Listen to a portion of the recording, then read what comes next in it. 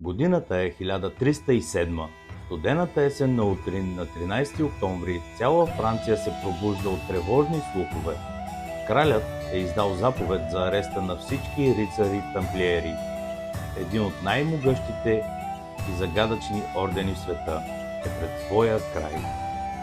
Но дали това наистина е краят или само началото на още по-дълбока мистерия?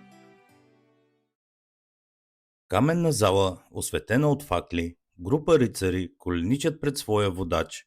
Те полагат клетва за вярност, обещавайки да посветят живота си на Бога, да защитават невинните и да не търсят лична изгода. Юг Дюпейн, благородник от Шампан, е техният лидер. Той и още 8 рицари решават да създадат бедните рицари на Христос и на храма на Соломон, военен орден, чиято основна цел е да пази поклонниците, пътуващи към Йерусалим. Тамплиерите се превръщат в елитна бойна сила. Битка носят бели плащове с червени кръстове, символ на тяхната мисия и жертвоготовност. Използват иновативна военна тактика, дисциплина и умения в конната битка. Нещо се случва през следващите години. Орденът получава достъп до подземията на храма в Йерусалим. Какво намират там? Свещения Граал, кивота на завета, древни знания, които могат да променят света, никой не знае. Но едно е сигурно. От бедни монаси те се превръщат в едни от най-богатите и влиятелни сили в Европа. Крал Филип IV, дълбоко задлъжнял на ордена, решава да унищожи тамплиерите. В зората на 13 октомври 1307 година, петък 13, неговите войници нахуват тамплиерски командори и пленяват рицарите, обвинени в ерес, окултизъм и дяволопоклонничество. Те са подложени на жестоки изтезания. Париж, на бавен огън, великият магистър Жак Дюмоле изрича своето последно проклятие. Преди да измине една година, ти, кралю Филипе, и ти, папа Климент, ще застанете пред Божия съд. Никой не му вярва, но месец по-късно папа Климент умира внезапно. 8 месеца по-късно крал Филип IV пада мъртъв след мистериозен удар. Наследниците му умират без потомство. Нощта преди арестите от Париж отплава малък флот, натоварен с неизвестен товар. Говори се, че това е легендарното съкровище на тамплиерите. Корабите изчезват в нощта безследно. Някои вярват, че са стигнали до Шотландия, а други, че са потънали в буря, а може би съкровището все още лежи, чакайки да бъде открито. Добре и да си зададем въпроса. Орденът може би е унищожен, но какво ако има няколко рицари оцелели? И какво ако все още има пазители на древните тайни и знания?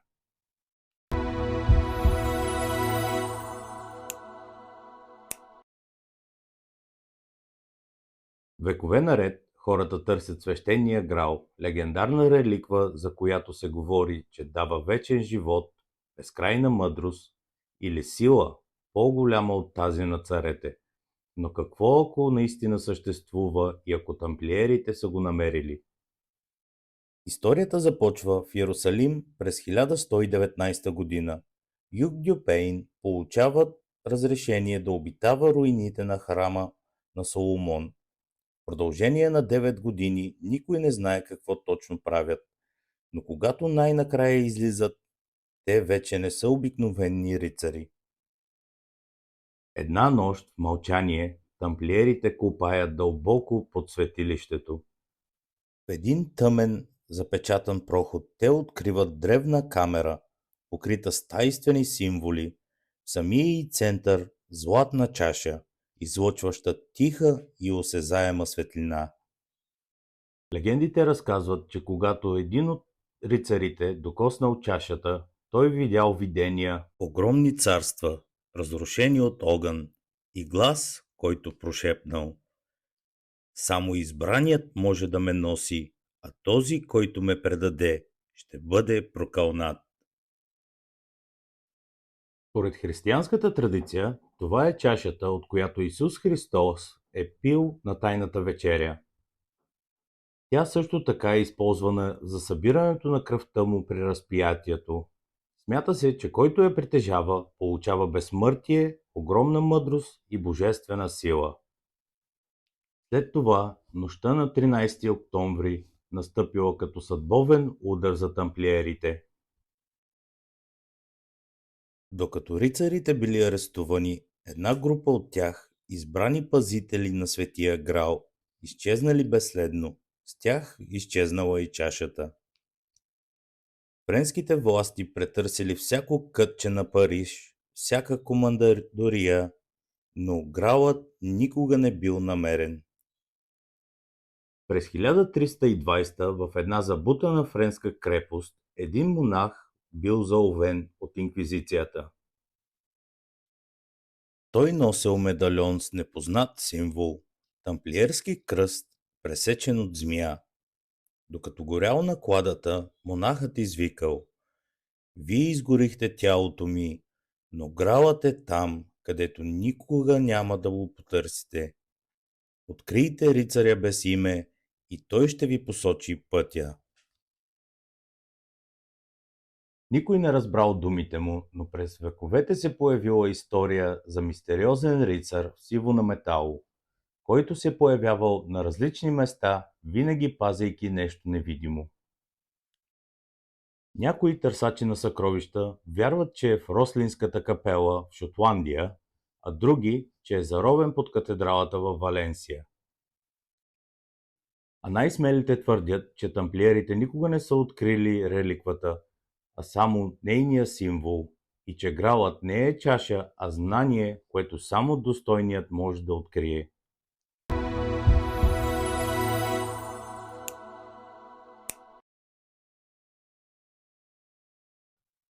Векове наред легендата за кивота на завета вълнува историци, археолози и ловци на съкровища. Казват, че той е най-могъщата реликва в човешката история, божествен съд, съдържащ скрижалите с 10 Божии заповеди, дадени на Моисей. Но онези, които са го търсили, рядко са се връщали. Според Библията, кивотът е бил изработен по указания, дадени на Моисей на планината Синай. Покрит със злато и украсен с 2 херовима, той не бил просто реликва, бил инструмент на самия Бог. Когато израелтяните го носели в битка, враговете им падали, а градовете се сривали. При допира от нечист човек, той умирал на място. През 6 век преди новата ера вавилонците нахлули в Иерусалим и разрушили храма на Соломон. Всички очаквали, че кивотът ще бъде пленен. Но кивотът не е просто съкровище. Според преданията, всеки, който се опита да го намери с нечисто сърце, ще бъде унищожен. През 1936 година немска експедиция, ръководена от окултисти, тръгнала да го търси в Близкия изток. Година по-късно всички участници изчезнали безследно. А през 1981 година в пустинята Судан екип археолози попаднал на мистериозна златна плоча с символи, наподобяващ тези от Библията. 2 дни по-късно мястото било погълнато от огромна пясъчна буря, а находката никога не била открита отново. Никой не знае със сигурност какво се е случило с кивота. Той може да е бил унищожен, скрит или попаднал в ръцете на малцина, които пазят тайната му и до днес. А може би е някъде дълбоко в старинна катедрала под земята, в тъмна стая, запечатана преди векове. Кивотът на завета чака деня, в който отново ще разкрие силата си пред света. Кивота на завета изчезва от историческите хроники след разрушаването на първия храм в Иерусалим през 586 година. От тогава има множество теории и легенди за това къде може да се намира Ето някои от популярните възможни местоположения. Според някои източници, кивотът никога не е напускал Йерусалим. Той може да е бил скрит в подземните тунели под храмовия хълм, за да бъде опазен от нашественици. Днес достъпът до това място е силно ограничен заради религиозното и политическо напрежение. Някои текстове от Талмуда намекват, че кивотът е бил скрит от жреците преди нашествието на вавилонците. Тамплиерите, които копаели изпод храмовия хълм през 12 век, може би са търсили именно кивота. Според легендите, кивотът е бил отнесен в Етиопия от Мелник I, син на цар Соломон и Саавската царица. Днес се смята, че се пази в малък параклис в град Аксум. Етиопската православна църква твърди, че притежава кивота, но никой външен човек не е виждал реликвата. Според местните свещеници, само един пазител има право да го вижда, като се сменя едва след смъртта си. Някои вярват, че кивотът е бил отнесен в Рим от римляните след разрушението на втория храм през 70-те години след новата ера и може да се намира в Ватикана, скрит в тайните архиви на католическата църква. Ватикана притежава огромни архиви, до които достъпът е строго ограничен. Църквата може да пази кивота в тайна, за да предотврати религиозни и политически сътресения. Ако тамплиерите са открили кивота в Йерусалим, те може да са го пренесли в Европа. Възможно е и той да е бил скрит в катедралата в Шатър, Франция, или в някои от техните крепости, като Монсегюр.